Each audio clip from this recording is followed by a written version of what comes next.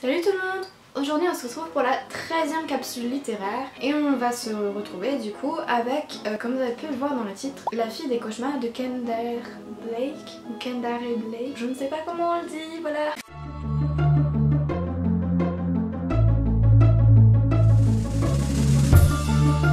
Ce roman, j'aurais plutôt tendance à le classer dans le roman un peu fantastique, jeunesse même, parce qu'on va y aborder des thèmes comme le paranormal, l'amitié, la romance et les fantômes, enfin ça rentre dans le paranormal aussi.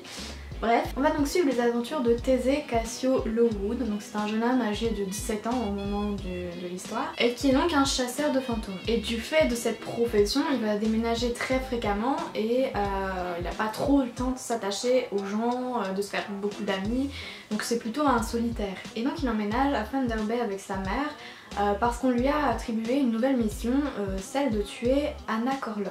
Tout ce qu'on sait un peu de ce fantôme, c'est qu'elle est aussi surnommée Anna à la robe de sang parce qu'elle a fait de très nombreuses victimes. Et qu'en plus de ça, les circonstances de sa mort sont plutôt mystérieuses en soi. En effet, tout ce qu'on sait de sa mort, c'est qu'elle est morte en 1958 et on ne sait rien d'autre sur elle. Or d'habitude, Taizé a plus d'informations sur les circonstances du décès de la personne qu'il va exterminer. Taizé pense que la mission va être plutôt simple, mais on s'en doute, ça ne va pas être le cas parce qu'il va faire face à de nombreux soucis en cours de route. Et alors que lui pensait que du coup la mission serait plutôt simple et plutôt rapide à expédier, parce qu'il s'imaginait du coup que cette mission serait comme un aboutissement à son entraînement un peu avant de commencer sa vraie quête, il va faire face du coup à pas mal de soucis comme je le disais et notamment du fait qu'une étrange relation semble se nouer entre lui et Anna.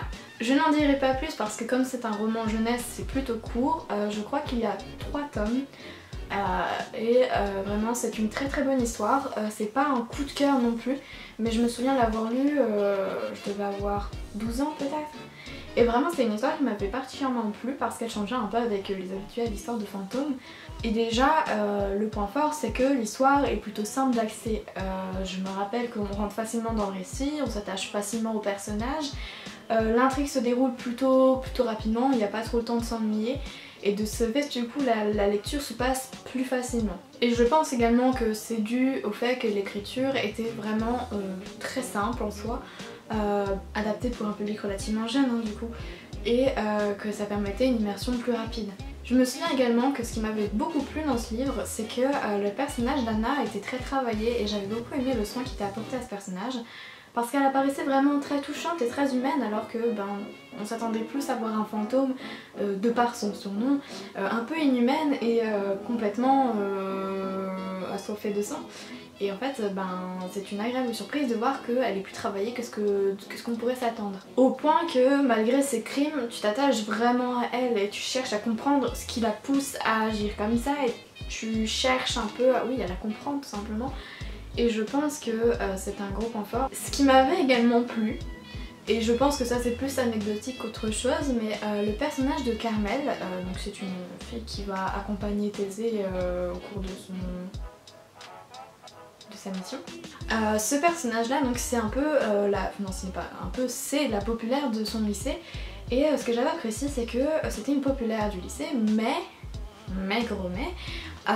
elle était très intelligente, c'est-à-dire qu'elle raisonnait, elle était capable d'avoir une discussion sensée, c'était pas la petite peste qu'on a l'habitude de trouver en tant que populaire et ça change et c'est agréable. C'est vachement original quand tu vois tout ce que tu peux voir quand tu vois tout ce que tu peux lire au niveau de la littérature jeunesse et young adulte.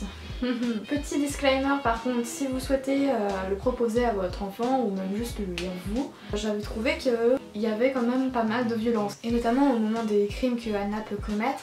On va chercher à te le décrire le plus fidèlement possible mais on va du coup pas trop t'épargner les détails non plus. Et je me souviens que ça m'avait un peu, pas chagriné, mais que ça m'avait un peu interpellée. Donc je me dis voilà, je préfère vous prévenir. Comme ça, voilà, vous êtes prévenus tout simplement. C'est d'une logique sans nom, c'est incroyable. Il y avait un autre truc qui m'avait un peu chiffonné, c'est que le dénouement, il était à la fois imprévisible et à la fois prévisible. Je m'explique. On sent venir le problème, le gros problème vers la fin, genre la grosse embrouille. mais en même temps je trouvais que tu la sentais venir un peu trop tôt en fait. Mais après tu sais pas en quoi ça consiste, tu sens juste que ça va péter, qu'il va y avoir une grosse embrouille et j'avais trouvé que c'était un peu trop tôt, enfin qu'on la comprenait un peu trop tôt, voilà. Et sinon c'est tout, c'est juste les deux petits éléments qui m'avaient un peu chagriné, mais après comme c'est un roman jeunesse, je me dis aussi, au final c'est peut-être parce que bah voilà, il faut s'adapter au public, il faut savoir proposer des lectures plus simplifiées en fonction de l'âge de la personne, du lectorat que tu vises. En soi c'était une très très bonne lecture, je me rappelle avoir passé un agréable moment et de m'être on va dire enfilé les 3 tomes très rapidement, ce qui est rare parce que d'habitude les séries j'ai la fâcheuse habitude de les laisser un peu traîner et du coup d'oublier ce qui se passe entre le tome 1 et le tome 2, mais enfin bref. Là j'avais vraiment enchaîné parce que j'avais accroché à l'univers, j'avais accroché à l'histoire et aux personnages et j'avais passé un agréable moment et je voulais prolonger ça. Donc pour moi c'est un peu une lecture pareille qu'on peut lire facilement en vacances du fait de son côté un peu abordable, facilement abordable je veux dire. Et je vous le conseille, d'autant plus que je le vois pas énormément sur YouTube. Après peut-être que j'ai mal fouillé mais en soi je l'ai pas vu énormément mis en avant en tout cas. Et je vais stopper la vidéo là parce que sinon elle va être trop longue, ce que j'ai pas envie de faire du coup. Et je vous dis du coup à bientôt, prochaine vidéo, voire même à demain si vous suivez du coup la série en temps et en heure. Salut!